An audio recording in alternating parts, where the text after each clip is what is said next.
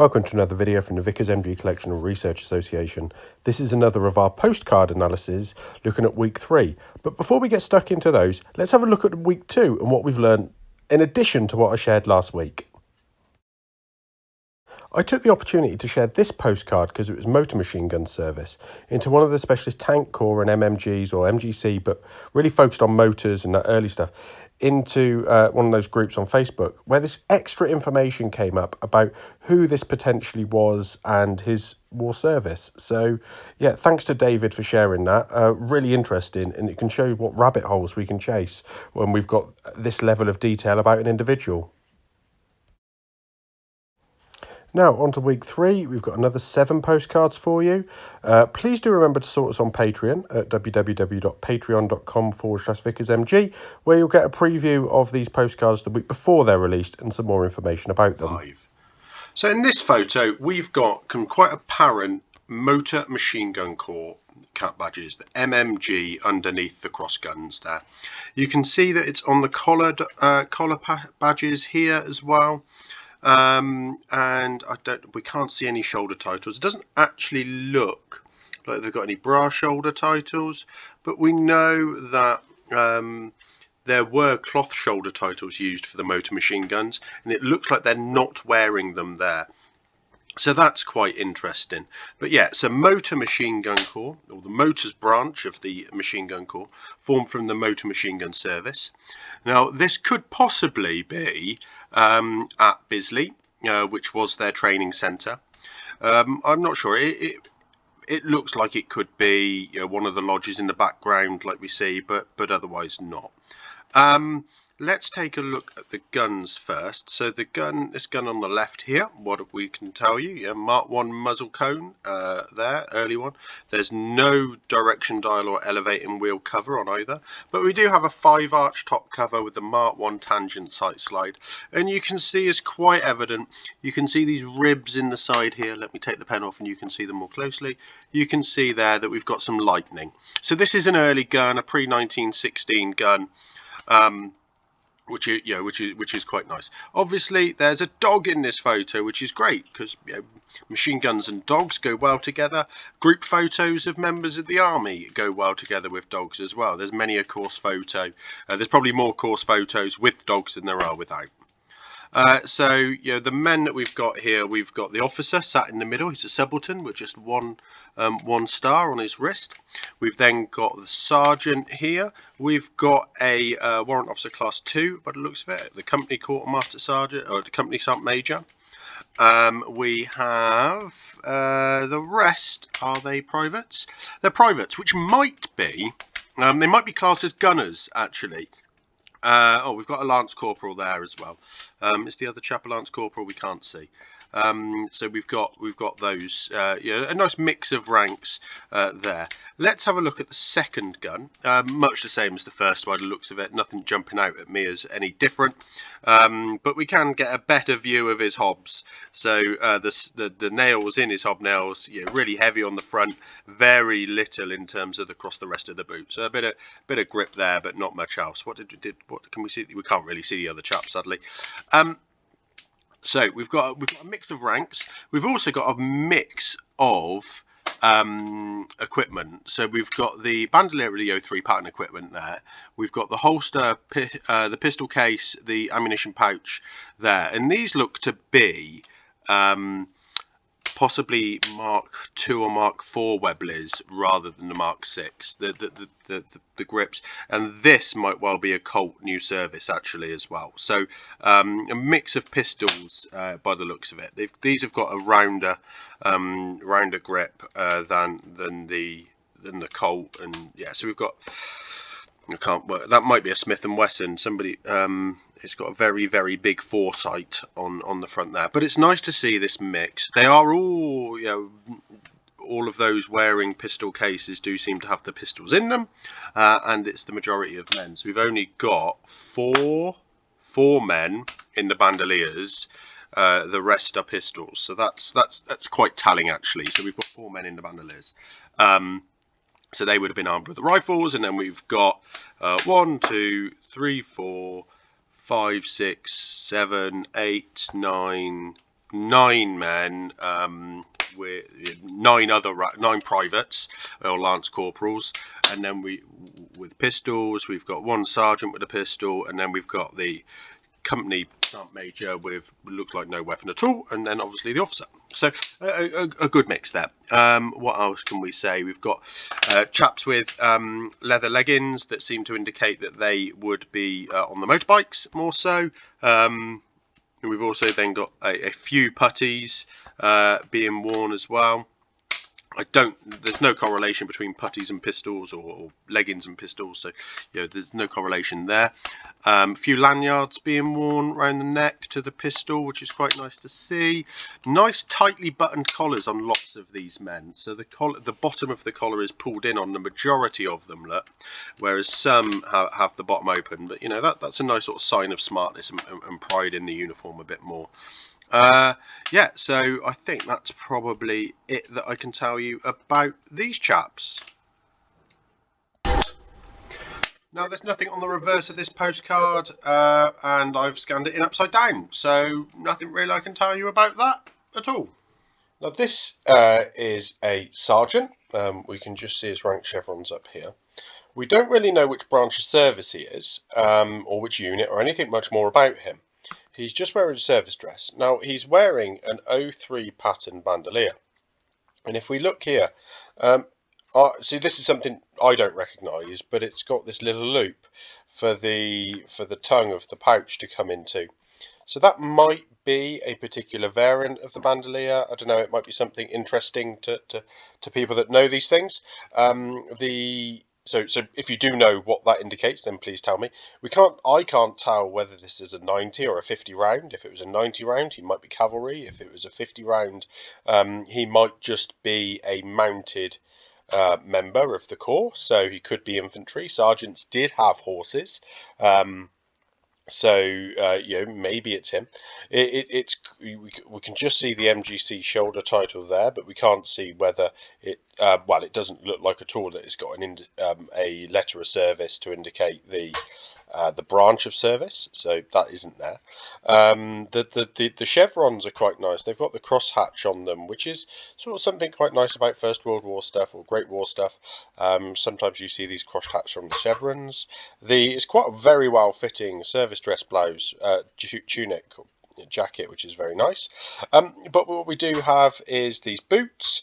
Now, again, these don't look normal to me, so somebody might be able to tell me a little bit more. So we've got these quite high leg lace-up boots, and he's wearing stirrups. We can just see the cross strap of the stirrups there. So, he's clearly mounted. It looks like these are breeches, so maybe that lends itself more to the cavalry branch, because an infantry sergeant wouldn't have breeches, and maybe the boots lend itself to cavalry a bit more. So I would take a punt and say this is Machine Gun Corps cavalry.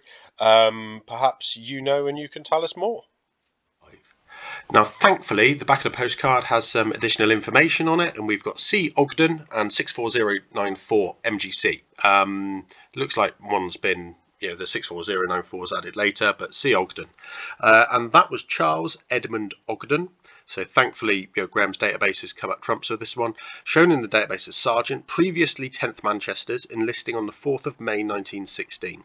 He transferred to the Machine Gun Corps on the 17th of October 1916 and joining 240 Company. If you want to look at what they did, then I can heartily recommend Graham's book, The Suicide Club, which we have for sale in the shop. That became D Company of 34th Battalion on the 26th of February 1918. We've got quite a few 34th Battalion cards cropping up in this collection, and which ended up in the Rhine Army, and we think that this photo is probably taken there as well. He was discharged on the 21st of May 1919 to the Z Reserve and gave his address as 737 Hollins Road, Hollingwood, Oldham. This is quite a nice photo, partly because it's quite a clean photo, if that makes sense. Not the mud. There's a lot of mud in this photo. It's quite, just looking at the backdrop, we've got the Wrigley tin sides of the corrugated huts, and we've got the duck boards that sit alongside. So clearly the camp is well used and it's getting muddy, but it's not completely covered in mud, and because they're using duck boards, which is quite nice. But it's quite clean in terms of the equipment they're wearing. They're just wearing their 1914 pattern belts and several of the men, maybe all of them, we can't really tell, but are wearing their bayonets as well. So this is, I think, just drill order. Musketry order, I think, is when you then have the pouches on. But I think this is drill order. Somebody, again, might correct me on that. But so what have we got? We've got there's a Lance Corporal here on the end with the good conduct chevron on there, but I can't see any other rank. They're all wearing drill order. They're all very smartly turned out. There's a couple of very young looking faces in here. Well, actually, you know what? I'm going to say they're all quite young looking faces. Well, perhaps Mr. Moustachier not so much. But you know, they're clearly in training.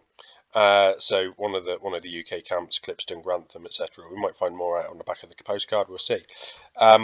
But we've got the MGC shoulder titles quite nicely and the MGC cap badge on the service dress cap. You know, really nicely shown there, but not there. So that's an interesting sort of comparison. The fact that the shoulder titles weren't necessarily worn all of the time. Don't know if that means anything, but you know, it's quite nice that there's differences. That's the point of these postcards, isn't it? What we can see is a little bit of the cross patterning on the putties. We've pointed that out before, but it's quite nice to see. If we look at the gun, we've got a single arch top cover, Mark 1 tangent sight slide, Mark 1 muzzle cone, and we've got the auxiliary tripod there. So it looks to be a 1916-1917 photo. This isn't light. The breech casing there isn't lightened at all, so it doesn't seem to be that. But we've got a number 6 belt box. Now, if you remember, that's the belt box where this half of the lid, the half that's open here, comes backwards, whereas the other half hinges along the edge here, so it comes forwards. So they do two different ways. Makes it nice and easy to open, get the ammunition belt out in a built-up position, in a pillbox or a trench emplacement, something like that.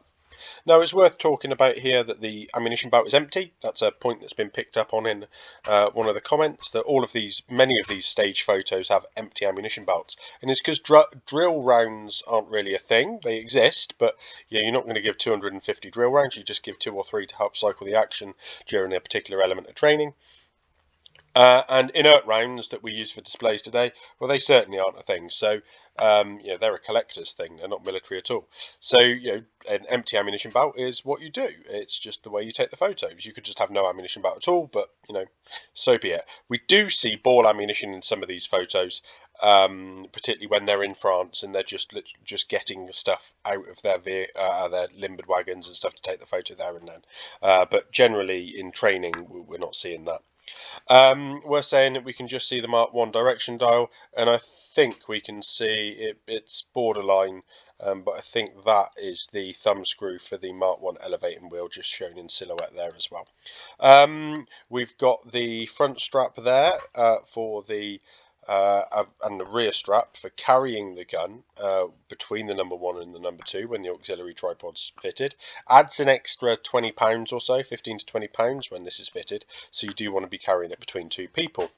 It looks like they've got the strap almost looped over itself and then back up to keep it a bit tidier, which is quite a neat way of doing it, I suppose. They'd know how to do these things. Nothing really much more to tell you. It's quite a nice photo. I'm quite pleased. Oh, just the fact that he didn't want to get muddy lying down, so they put a ground sheet down first, and there's one over here as well. There's a very similar photo later on, so maybe they're part of the same series. We'll take a look. So I don't really think there's enough information on the back of this card from the information sources that we've got access to or would be in Graham's database to identify who it is. Somebody may be able to search census records here. Mr. and Mrs. Gosling, 46 Elizabeth House. Eaton Square, is that? EAT or Gayton Square? Belgravia, London. And dear somebody, this is the only one I have had. Can't you just... something the going on the first going gun or something. So I can't read that. Maybe somebody else can. But then it's signed off quite nicely. But it is postmarked Grantham, 1917. So it gives us the date and the information about the what's being worn quite nicely. This is another sort of quite basic photo. It's quite an amateur photo in a way because actually it doesn't fit the postcard. So yeah, we can expand that. But that was the whole length of the postcard, and it doesn't actually fit the postcard. There's very little distinguishing stuff in this at all. It's not in a studio. It is obviously in the garden in a French maison somewhere. We've got the shutters here that aren't a UK feature, so quite probably this is in France. We've got nothing really to tell us about the chap at all, other than he's got his MGC cap badge there.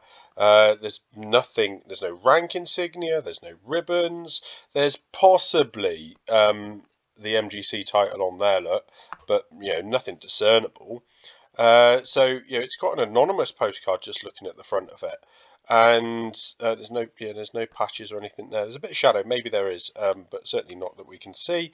The only thing that I'd like to talk about in this is his putties. I talk about putties quite a bit in these videos because having put them on as part of living history or displays and some of the school visits, school talks that we'll be doing later this year, working with Zeitgeist tours hopefully, will have me in uniform for a change, which I use it like PowerPoint. It's only a tool there to get something across. But I might try my putters like this. They're quite elaborate. This crisscross. But then he's tied them off at the top, look, with the tape. The tape we normally see just in the middle, just wrapped round itself, so you get this white band. And then it's tucked in, but he's really wrapped it round just to finish the top of that putty off really tightly and nicely. So I'm just quite. Yeah, I'm going to give that a go. See what it likes. They're really nicely shaped as well, which is a sign of wearing them for a long time and being used to doing so. So on the back of this card we've got from John, and I'm assuming so it says, "To my dear wife." This is John Bradbury. And there were 4 John Bradburys in the MGC database, and this one's given us Heston in Middlesex. So a bit of data that we can try and track down. And let's say, out of the 4 soldiers, 1 had died before 1919, 1 had been transferred to the Labour Corps, and 1 was from the Manchester area. So it only leaves Private 58087, Private John William Bradbury. And there's no surviving documents for him. I'm not sure where he came from, but he was still serving up to the 29th of May 1919, so possibly in the Rhine Army, and somebody probably served since 1915 because his MGC number dates from July 1916, and he would have been eligible for release had he been hanging around in the UK, in France or the UK. So by process of elimination, this is Graham's words, by process of elimination, not an exact science, we'd guess that he is 58087. Now this is another great training photo that's a real sort of mixed bag actually. What we've got, let's look at the men first. Let's look at the context, sorry. Another Wrigley tin hut, duck boards, muddy. So this, I think, just out of interest, this, rather than being scratched on the negative that we see some codes scratched on, this looks like to be a piece of board put lent on the front of the tripod leg with the number that then corresponds to everything. So the order number, the group number, whatever. So that's not something I'd seen before, but normally you see it scratched on the negative, I think. So who have we got? Looks like we've got a whole section or subsection, depending on, well, a whole subsection actually. We know that by this time. So 2 guns. Looks like we've got all of the men from that as well, but they're in various states of dress. Working from the right to left, we've got the drill order, and I'm going to say that drill order again, for the corporal here. And we've then got drill order but with his rifle, so for that private it's SMLE, short magazine Lee Enfield number 3 rifle, sorry, number 1 Mark 3, it's not with number 3, that would be a pattern 14 or 17. So that's the number 1 Mark 3 there. And then we've got guy without a bout at all, no equipment. Most of them are in drill order by the looks of it. We've then got over this side though a guy in full field service marching order, because his haversac's down at the side, and you can only assume that he's got the large pack, his valise on the back as well, because but all 1914 pattern equipment anyway. The guys on the guns looks like they're in musketry order. What have we got? This chap in the middle at the front is this corporal. He has a skillet arms badge for marksmanship, and it looks like he has a little badge on the front there. Not sure what that is, so it might just be a spot on the photograph. But yeah, he's certainly got that skillet arms badge anyway. We then just have, did we got any other rank in there? No, I don't think we do. So everybody else is privates. The guys on the guns are privates as well. We can just see the shoulder titles, the brass MGC shoulder titles on this chap here. A few good moustaches in there, but then the guns themselves are quite interesting. Well, the accessories. So, if you recall, I've talked about these ammunition boxes before. They have the rain covers, and I first noticed this with the Battle of the Somme film, seeing it in action. But you can see that both of these guns have these rain covers on. So, on their number 3 belt boxes, which is a great spot, and we see these more and more in these photos. So it proves it wasn't just a training thing, it wasn't just an in the field thing. We have photos of them in evidence for both. We've got a slab-sided gun, single arch top cover, and a Mark 1 sight, Mark 1 muzzle cone.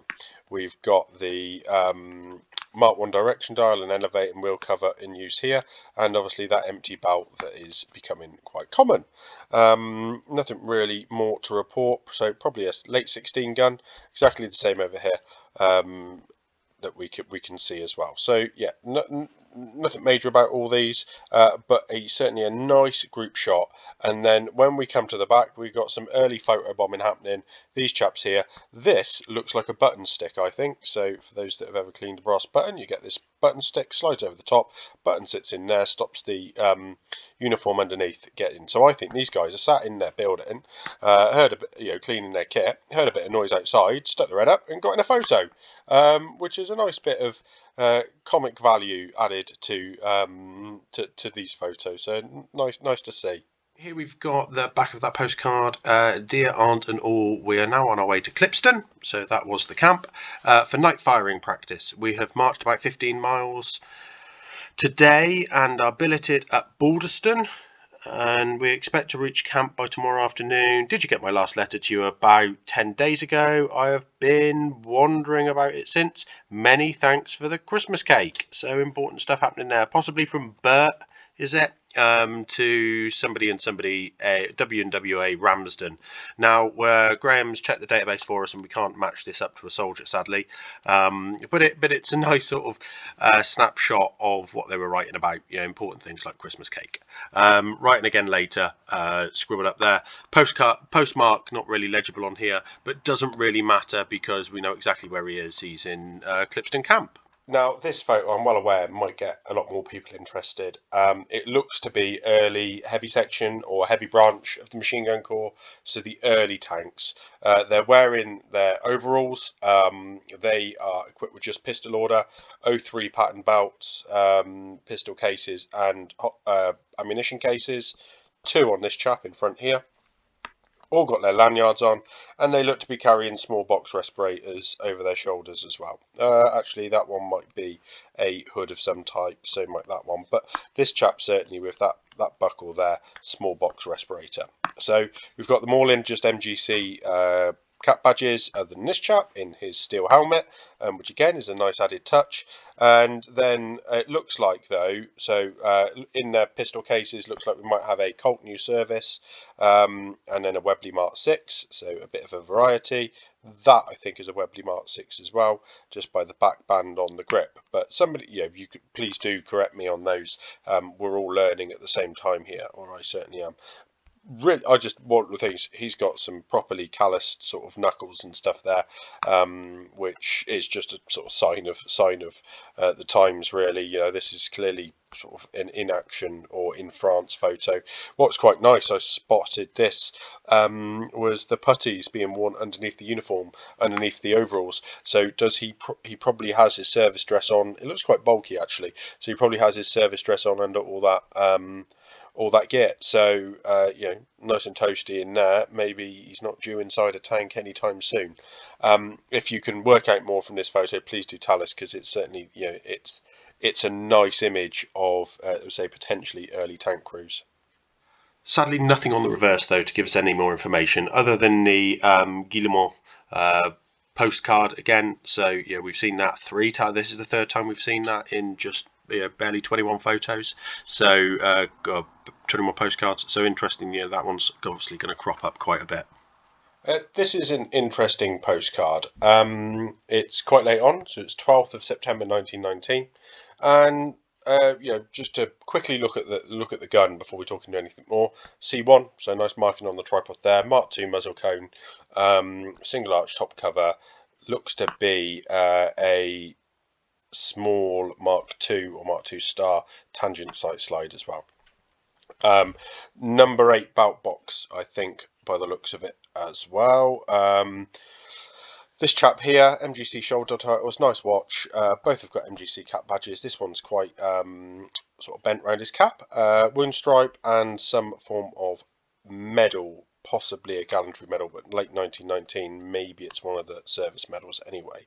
And it looks like there might be the quick release fitting on for the condenser hose, steam hose there as well. So yeah, quite an interesting sort of pick. Clearly at some barracks. Nice. I'm pretty sure we've seen some of this in other photos as well, so we'll get to those. But yeah, so nice barracks shot here. But in the corner we have yours sincerely, S. Golder. Now we don't know which one S. Golder is, but we do have a bit more information on him thanks to Graham's database. Now Graham records that S. Golder was 88316 Silas Golder, born in Oxfordshire in 1894. He registered as a carter and labourer, enlisted as a Derby volunteer, so go look that up if you don't know what that is, in Birmingham, 10th of December 1915, and he was called to the colours, so ended up being called up, so that's part of the Derby volunteer scheme. Basically you registered and then you got called up later on the 3rd of January 1917 as 30516 in the 4th Battalion of the Somerset Light Infantry. At the time, he was 5'6", 135 pounds, and his chest was 35 inches.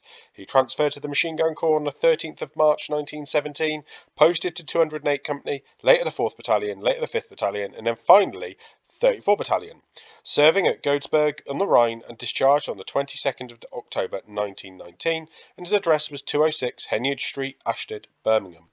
Now, given that this is 12th of September 1919 and he was discharged a month later, this is probably the last photo of him in service.